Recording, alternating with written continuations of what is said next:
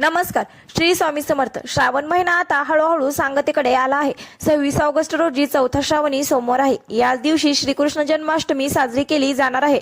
त्यामुळे हरी आणि हराचे पूजन एकाच दिवशी केले जाणार आहे. या दिवशी अनेकविध अद्भुत शुभयोग जुळून येत आहेत.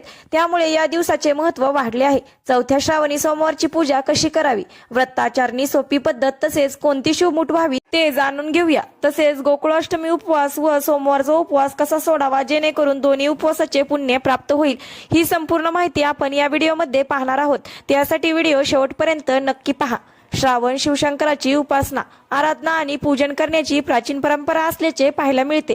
श्री विष्णूच्या अनुपस्थितीत जगाचा कारभार महादेवाकडे असतो अशी मान्यता आहे. म्हणूनच महादेवाचे आवाहन करून त्यांची करुणा भागण्यासाठी रुद्राभिषेक पूजा अर्चा केली जाते असे सांगितले जाते. चौथ्या श्रावणी सोमवारी शिवामूठ म्हणून जव वाहण्याची परंपरा आहे. सोमवार हा शंकराचा वार मानला गेल्यामुळे श्रावणी सोमवारला विशेष महत्त्व प्राप्त होते. शिवामूठ वाहताना कोणता मंत्र म्हणावा? चौथ्या श्रावणी सोमवारी शिवमूठ म्हणून जव व्हावे. लग्न झाल्यानंतर सलग पहिली 5 वर्षे स्त्रिया हे शिवास्त म्हणजे शिवमूठ व्हायचे व्रत करतात. श्रावणी सोमवारी शिवपूजन झाल्यानंतर शिवमूठ वाहिली जाते. शिवमूठ वाहताना नमः शिवाय शांताय पंचवक्त्राय शूलने प्रकंडिम भ्रंडिम महाकालन युक्ताय शंभवे असा मंत्र म्हणावा. मंत्र उच्चार करणे शक्य नसल्यास शिवा शिवा महादेवा, माझी शिवमूठ ईश्वर देवा, सासू सासरे नंदा जावा, दिरा भावा भ्रतरा, जे आवडते नव्हती ते आवडते कडरे देवा अशी प्रार्थना करावी. शिवमूठ श्रावणाला मोठा वसा मानला जातो. चौथ्या श्रावणी सोमवारी कसे व्रताचरण करावे? श्रावण सोमवारी संपूर्ण दिवस उपवास करावा. श्रावण सोमवारी सकाळी लवकर उठून नित्यकर्म उरकल्यानंतर श्रावणी सोमवार व्रताचा संकल्प करावा.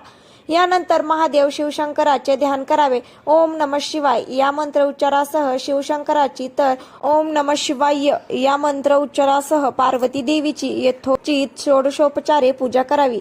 या दिवशी एक भुक्त राहावे. शक्य असल्यास घराजवळच्या एखाद्या उद्यानात थोडा वेळ जाऊन यावे. अशा तऱ्हेने हे व्रत एकूण 14 वर्षे करून मग त्याचे यथासांग उद्यापन करावे असे सांगितले जाते. शिवशंकराला प्रिय असलेले बेलाचे केवळ एक पान व्हावे. देशभरातील कोट्यावधी शिवभक्त या दिवशी महादेव शिवशंकराची विशेष पूजा करतात. जलाभिषेक आणि रुद्राभिषेक मोठ्या भक्तिभावाने केला जातो. शक्य असल्यास निराहार उपवास करावा. आपल्या घरातील शिवलिंगाची पूजा करावी. जर शिवलिंग उपलब्ध नसेल तर शिवाच्या प्रतिमेची पूजा करावी. शिवाची प्रतिमा उपलब्ध नसेल तर पाटावर शिवलिंगाचे किंवा शिवाचे चित्र काढून त्याची पूजा करावी. वरीलपैकी काही शक्य नसेल तर केवळ शिवशंकराचा ओम नमः शिवाय हा नाम मंत्र लिहूनही त्याची आपण पूजा करू शकतो. शिवशंकराला प्रिय असलेले बेलाचे केवळ एक पान वाहिले तरी पूर्ण पूजेचे पुण्य प्राप्त होते अशी मान्यता आहे. गोकुळाष्टमी उपवास दुसऱ्या दिवशी दुपारी सोडला जातो तर श्रावणी सोमवारचा उपवास त्याच दिवशी सोडला जातो. दोन्ही व्रते एकाच दिवशी असल्याने कोणता उपवास कधी सोडावा याबाबत अनेकांच्या मनात शंका आहे. त्याबाबत शास्त्र काय सांगते ते जाणून घ्या. संपूर्ण देशभरात अनेक उत्सव अगदी उत्साहात साजरे केले जातात. यापैकी एक म्हणजे जन्माष्टमी. देशभरात श्रीकृष्णाचा जन्म उत्सव जन्म सोहळा विविध पद्धतीने साजरा केला जातो. श्रावण मध्य अष्टमी या तिथीला मध्यरात्री रोहिणी नक्षत्रावर श्रीकृष्णाचा जन्म झाला. यंदा 2024 मध्ये 26 ऑगस्ट रोजी श्रीकृष्ण जन्म उत्सव आणि दुसऱ्या दिवशी दहीहंडी साजरी केली जाणार आहे.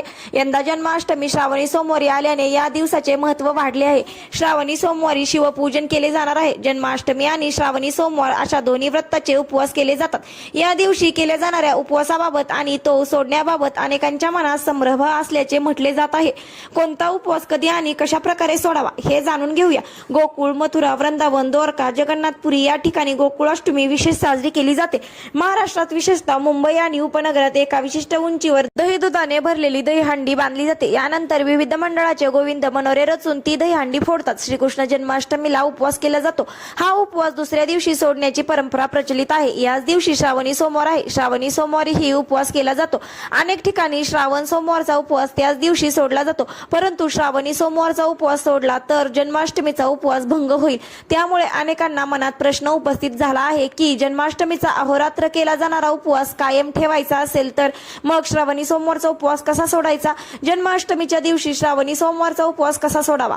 काही शास्त्रानुसार श्रावणी सोमवार आणि जन्माष्टमी एकाच दिवशी आले असतील तर श्रावणी सोमवारी सूर्यास्तानंतर भाताचा वास घेऊन म्हणजे अवग्रहण केल्यामुळे सोमवारचा उपवास सुटेल. परंतु ही पद्धत योग्य नाही, कारण ही पद्धत अवलंबली तर जन्माष्टमीचा उपवासही सुटू शकतो.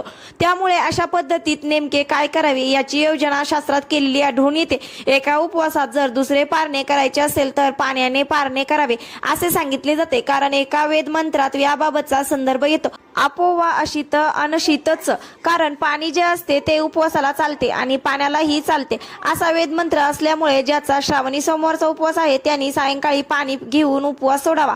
म्हणजेच तशी भावना मनात करायची असते. पाणी पिताना मनामध्ये भावना तयार करायची की मी सोमवारचा उपवास सोडतो, म्हणजे सोमवारचा उपवास सुटेल आणि जन्माष्टमीचा उपवास अहोरात्र कायम सुरू राहील असे सांगितले जात आहे. तर मंडळी, अशा प्रकारे आपण चौथ्या श्रावण सोमवार बद्दल व श्रीकृष्ण जन्माष्टमीची संपूर्ण माहिती पाहिलेली आहे. आशा आहे ही माहिती तुमच्या नक्कीच कामी येईल. आवडली असेल व्हिडिओला लाईक करा व आपल्या मित्रपरिवारामध्येही शेअर करा. अशाच माहितीपूर्ण व्हिडिओसाठी आपल्या चॅनलला सबस्क्राईब करायला विसरू नका. भेटूयात अशाच माहितीपूर्ण व्हिडिओ सोबत. तोपर्यंत धन्यवाद.